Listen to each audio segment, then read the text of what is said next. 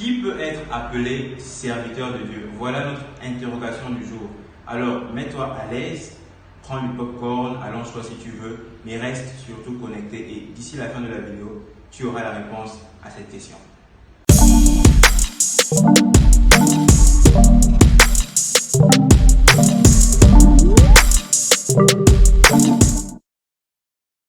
Bonjour à tous et bienvenue sur ma chaîne, ici c'est Warren et dans cette chaîne on parle de chrétienté principalement parce que je reste convaincu qu'autant que nous sommes tous appelés à servir le Seigneur du mieux que nous pouvons. Alors maintenant que tu fais partie de cette aventure, deux choses que tu dois faire. Premièrement, t'abonner à la page puis activer la cloche de notification. Ensuite, partager la vidéo pour toucher le plus grand nombre de personnes possible. Qui peut être appelé serviteur de Dieu? Voilà l'interrogation que nous nous sommes posée dès le début de notre vidéo et au cours de la vidéo, on va essayer d'y répondre. D'abord, cette interrogation me vient d'un livre, celui-ci. C'est une chose formidable de servir l'Éternel de l'évêque Dag Heward Mills. Et au travers de ce livre, l'auteur nous montre à quel point servir Dieu est une chose exceptionnelle. Peu importe qui tu es, peu importe tes horizons, peu importe ton statut social, c'est une chose extraordinaire de servir l'Éternel. Et nous nous appuyons sur le premier chapitre de ce livre qui est justement intitulé « Qui peut être appelé serviteur de Dieu ?»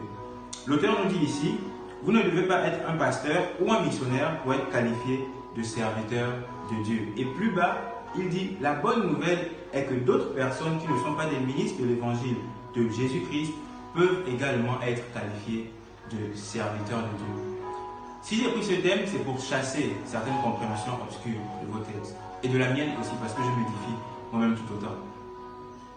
Autant que nous sommes, nous devons arrêter de penser que serviteur de Dieu est un titre bien défini pour certaines personnes. Il est vrai que les pasteurs, les évêques, les apôtres, les évangélistes sont des serviteurs de Dieu reconnus de tout et de tous.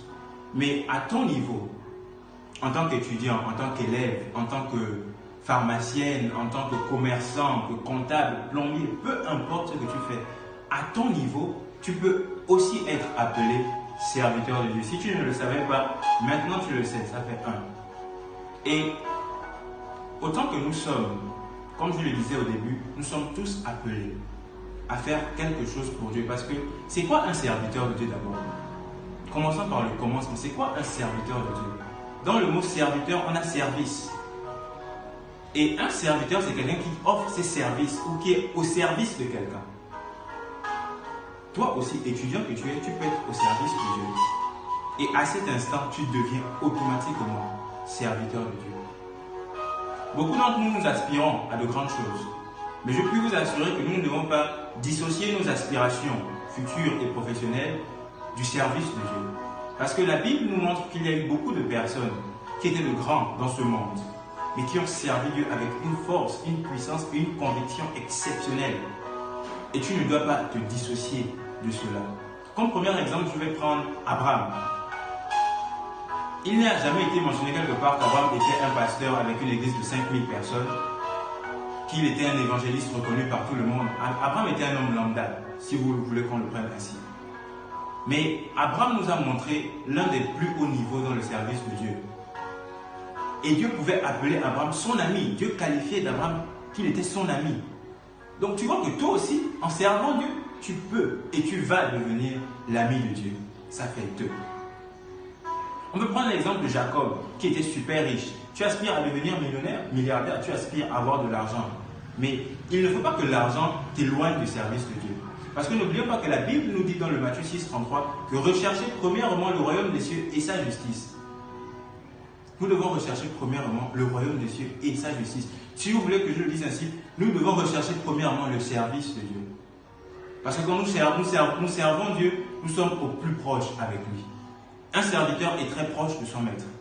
Un esclave est encore plus proche. On va dire que l'esclave du roi, par exemple, il est encore plus proche et il a plus de proximité que sa propre femme, la reine, ou que ses enfants, le prince ou la princesse qui va hériter de son royaume. Parce qu'il est à son service. Et avec Dieu, nous pouvons atteindre ce degré-là.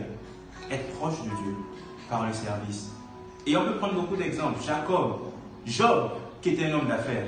Tu aspires à devenir homme d'affaires ou tu es déjà homme d'affaires. Crois-moi, le fait que tu sois homme d'affaires ne doit pas t'enlever dans ta tête que tu dois aussi et que tu peux être serviteur de Dieu. On peut t'appeler serviteur de Dieu.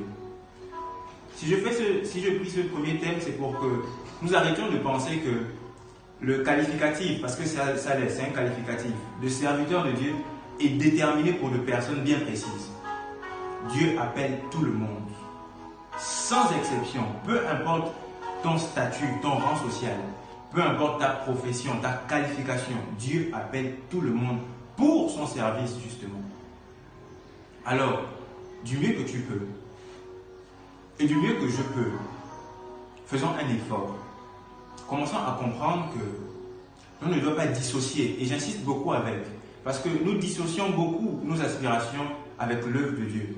Alors que les personnes, je reste convaincu que les personnes qui font le plus dans l'œuvre de Dieu, ce sont ces personnes-là qui ne sont même pas connues. Ce sont ces personnes-là qui travaillent à l'arrière-plan. Il est vrai qu'on a un pasteur, on a un évêque, mais il a besoin des personnes autour de lui pour l'aider à mener à bien son ministère, à mener à bien ce pourquoi Dieu lui a appelé, ou l'a appelé autant pour moi. Alors, on peut devenir aussi ces personnes. On peut devenir serviteur de Dieu. Moi, j'aspire à cela, à être un serviteur de Dieu. Et toi aussi, du mieux que tu peux, tu dois aspirer à cela. Comme Job a pu être appelé serviteur de Dieu, comme Abraham, comme David, comme Moïse, qui était un homme d'État, prédestiné à être un pharaon, qui est devenu serviteur de Dieu. Il n'y a pas d'aspiration trop grande pour le service de Dieu. Malheureusement, nous minimisons le service de Dieu. Voilà l'un des grands problèmes. Nous minimisons le service de Dieu et nous pensons qu'il est réservé souvent pour des personnes soit trop qualifiées, soit trop basses. Chose qui n'est pas toujours correcte et chose qui n'est pas correcte du tout, simplement. Donc, c'est pour cela, c'était pour enlever cette nuance que j'ai fait cette première vidéo et je me suis appuyé une fois de plus sur ce livre qui est intitulé « C'est une chose formidable de servir l'Éternel » de l'évêque Dag Heward Mills. Je suis sûr que ce nom, vous l'avez déjà écouté quelque part. Et j'aimerais même vous inciter à essayer de vous en procurer. Je vous assure, comme je disais dans la vidéo d'introduction, que ces thèmes que nous abordons ne sont pas là seulement pour notre vie à l'église ou notre vie spirituelle. Ces thèmes nous emmènent encore un peu plus loin. Ils sont là pour notre vie sociale, notre vie professionnelle, à l'école, dans la rue, partout. Un serviteur de Dieu n'est pas celui-là que l'on voit juste le dimanche à l'église. Tu es réellement serviteur de Dieu quand tu sors de l'église normalement.